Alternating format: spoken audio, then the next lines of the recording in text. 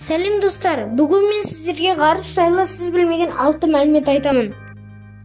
Бірінші факт.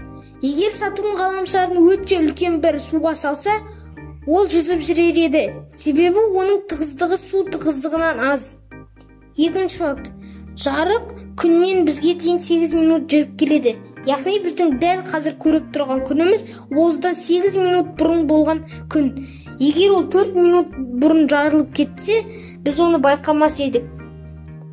Үшінші факт. Ғарышта екі бұйым немесе металл бір-біріне тиіп кетсе, бірден жабысып қалады да, оларды бір-бірінен ешқашан ажыратып алу мүмкін емес. Осы жағдай ғылымда суық дәнекерлеу деп аталып кеткен. Ал жерде мұндай реакция болмайды, себебі оған ауа мен су кедергі келтіреді екен. Төртінші факт.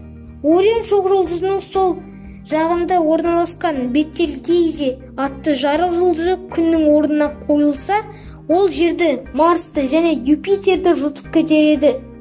Оның диаметрі күннен 1000 есе үлкен. Ғалымдардың болжамынша, ол 2-3 мың жылдан кейін жарылуы тиіс.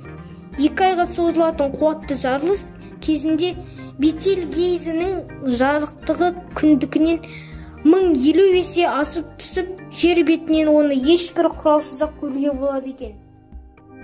Андромеда галактикасы бізге ең жақын галактика. Осы екі галактика бір-бірінен өте қатты жылдамдықпен жылжып келеді екен. Андромеданың жылдамдығы секундына 300 шақырым. Біздің құс жолы галактикамыздың жылдамдығы секундына 552 шақырым. Ғалымдардың пікірінше галактика 2-5-3 миллиард жылдардан кейін бір-бірімен соқтығысуы мүмкін.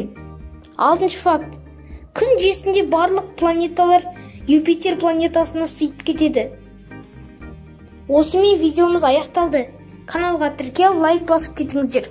Сау болыңыздар.